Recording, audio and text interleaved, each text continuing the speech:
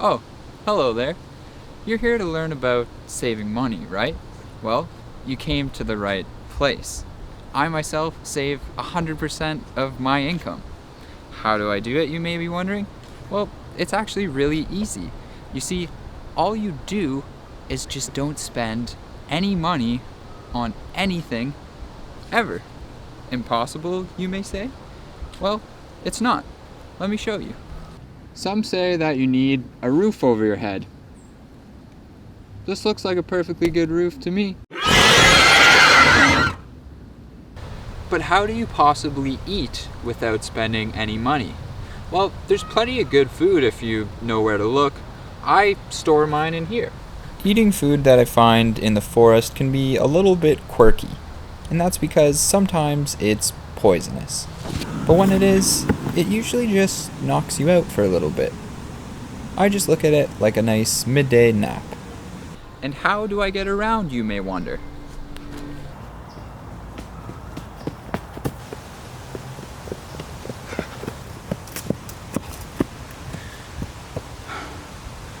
Okay, I'm done trolling.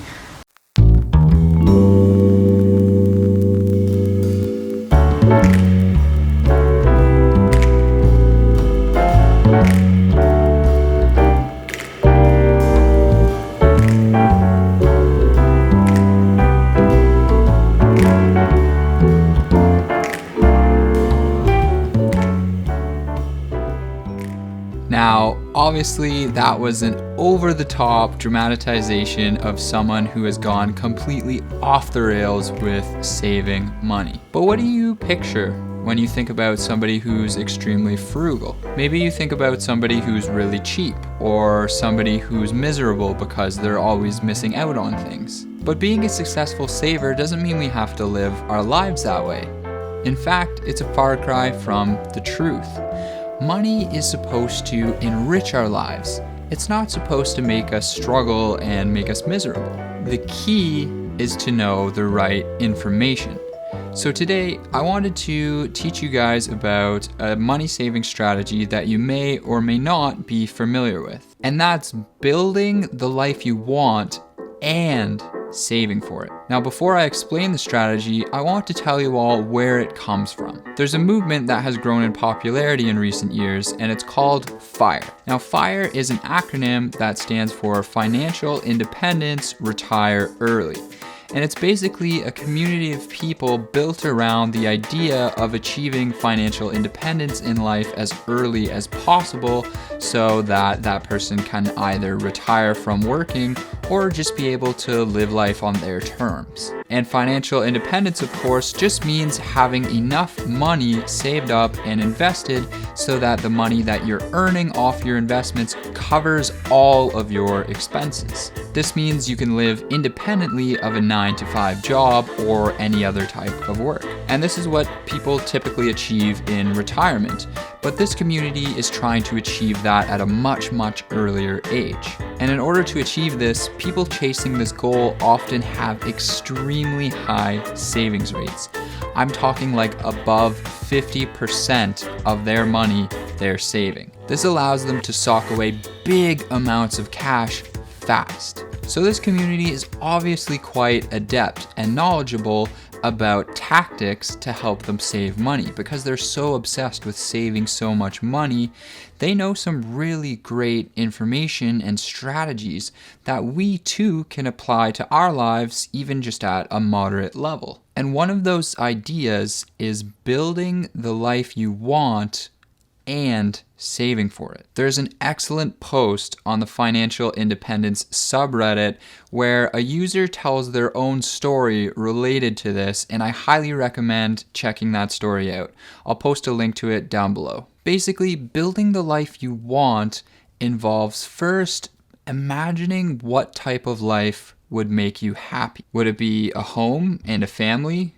Or maybe it's an independent life and world travel. Whatever it is, just take a moment to mentally construct that life for yourself. This is the goal that we will work towards. But here's the part where people go off track. Oftentimes, when someone wants to crank up the pressure on their saving, they tend to cut down on everything in their life indiscriminately, and it ends up leaving them burnt out and miserable. For instance, the person who shared their story in the subreddit I was telling you about basically became so obsessed with saving money and retiring as soon as possible that they ultimately lost a lot of things in their life, including their romantic partner, because of their obsession. They lost sight of their actual life. So the key here is balance, moderation. What we want to do is both build the life that we want to have while also at the same time saving money so that we can afford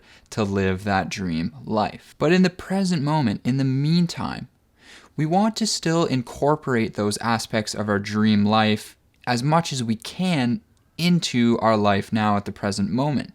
Because if we put it all away into the future at some future date that may never come, it might leave us miserable in the present moment.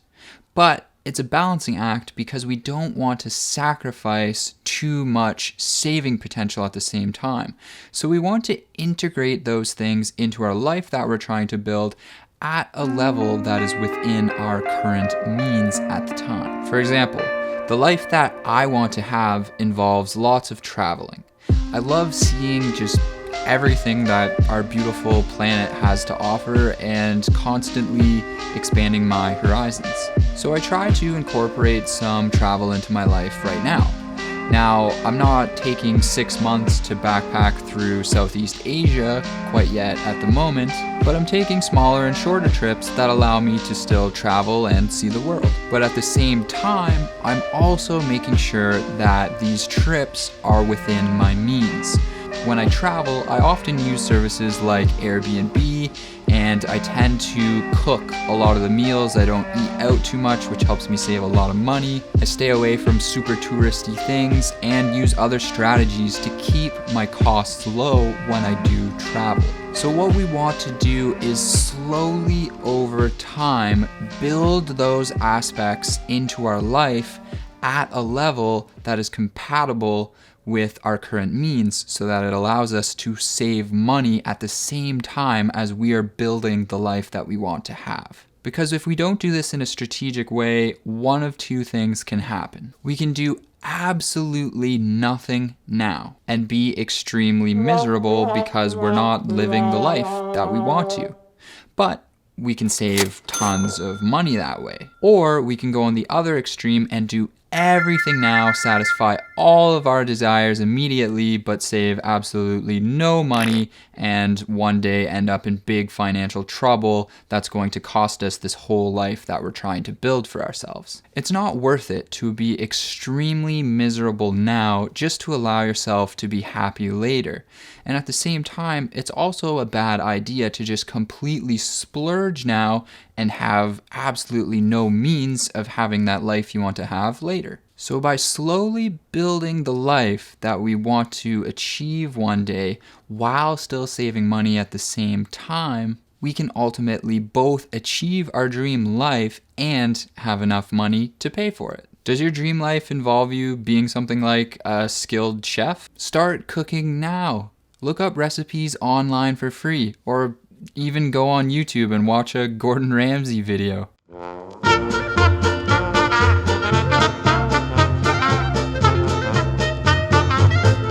There's ways to integrate those aspects of our life that we want at a low or free cost now, today. For me personally, I have a pretty solid list of things that I want to incorporate into my life, and fortunately, I've been able to integrate a good number of them into my life now. I've already covered travel, but some other things that are very important to me are having a loving relationship with my romantic partner, having a strong and healthy body, knowing my way around a kitchen, having access to nature, reading the 100 greatest books of all time, reaching a decent level in a martial art, learn at least one other language, proficiency in at least have one a nice vegetable garden, build my own cabin. Okay, so my list is pretty long, and that's probably not even half of it, but I'm just gonna stop there. but I'm fitting these things into my life as much as I can now. Take cooking for example. I usually find really good cookbooks at thrift stores for just a couple dollars when they normally cost 20 to 30 or even 40. And I'm constantly trying out new recipes or completing the 100 greatest books of all time. You can find all of them at the library for free. But I do have the actual book collection going because 1, I love books and I think they're just so nice. And 2, they should probably hold or even increase in value over time. How about a musical instrument? I mess around on the guitar when I can find some time.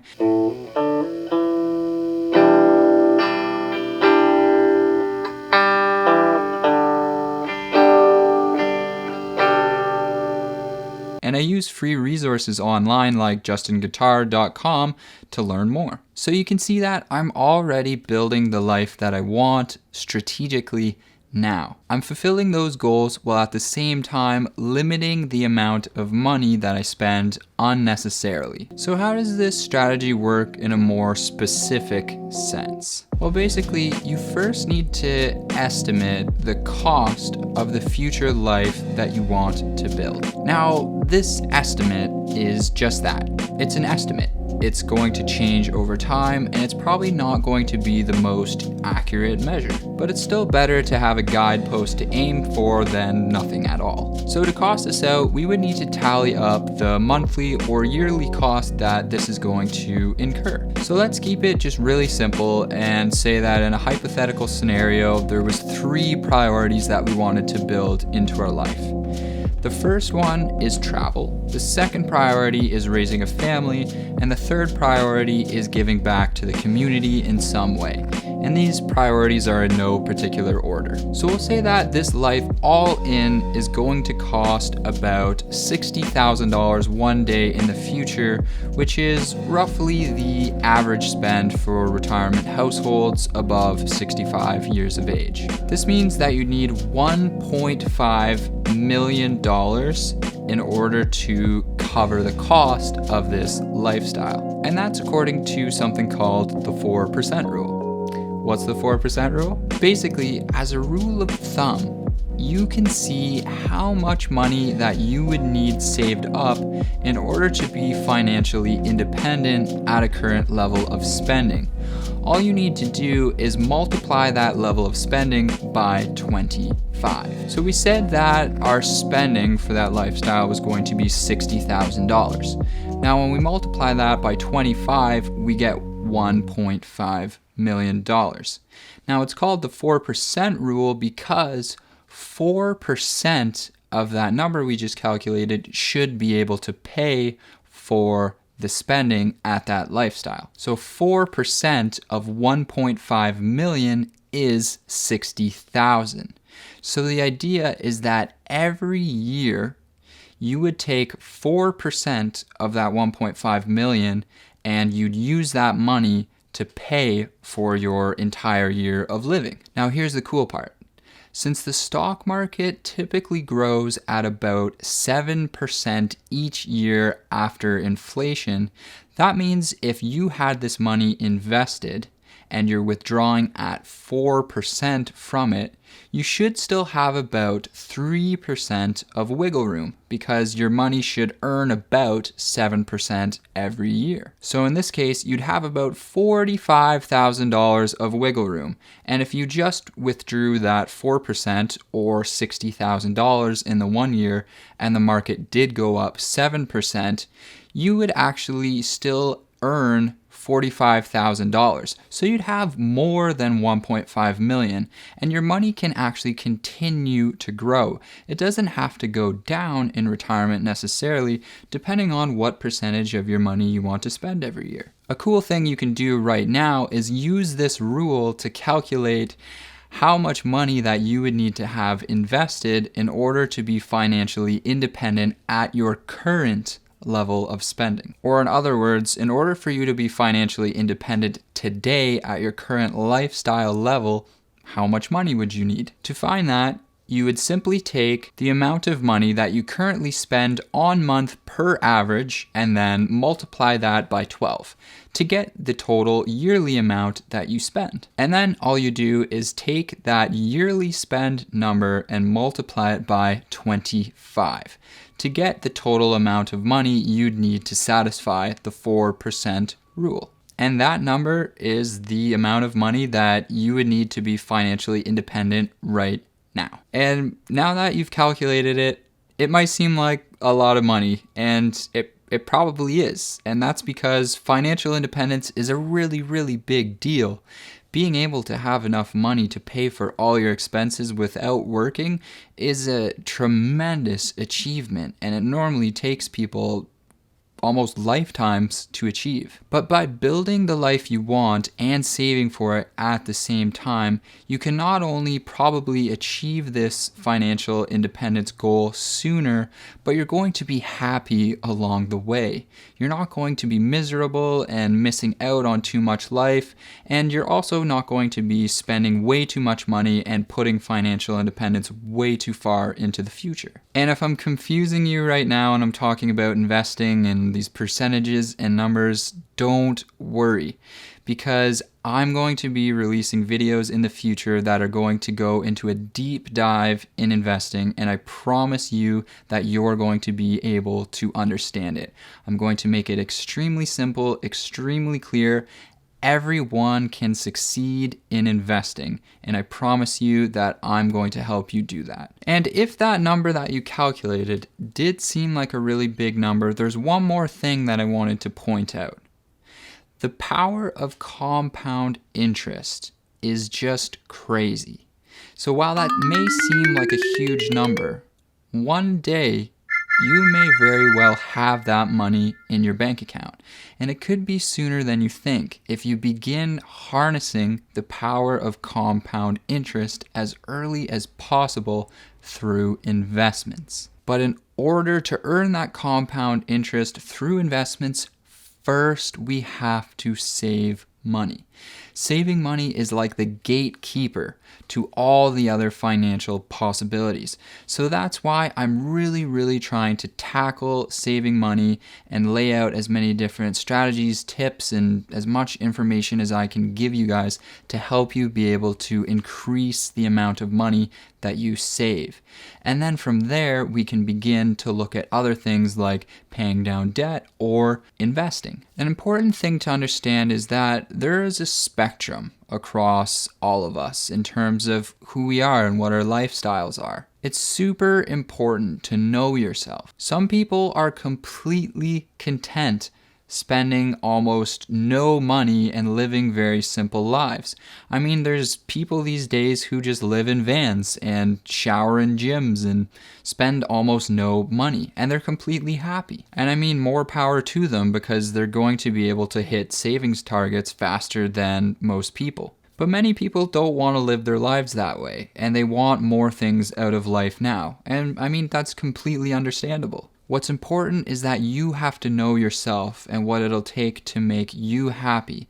But at the same time, you always have to keep in mind the monetary aspect of that as well. You gotta know yourself. Remember, watching these videos and learning more about personal finance is for the purpose of enriching your life. Yes, it should hopefully enrich your bank account, but if we're not happy, then what's the point? So to recap, first, figure out what it is that you want out of life, and then start slowly building that into your life now in a way that is affordable and allows you to save money at your current lifestyle. And then ultimately, if you do these things hand in hand, you should reach a day where you have completely built the life that you want, and you also have enough money so that you can pay for it. I hope that this video helped frame saving money in a new way for you and provided you with a strategy that you can use to both be content now, but also still build wealth for yourself. And if it did, please hit the like button for me. Hitting the like button really helps get this information out to as many people as possible because the YouTube algorithm tends to like videos that get more likes. So if you want to support the channel, please make sure to hit the like button every single time you watch a video and you take something away from it or find it valuable. And if you haven't already subscribed to the channel, please do so because I'll be releasing a video soon with specific actionable money saving tips along with more personal finance content. Thank you all for liking, subscribing, and commenting and watching this video. And with that, I'll see you all again soon.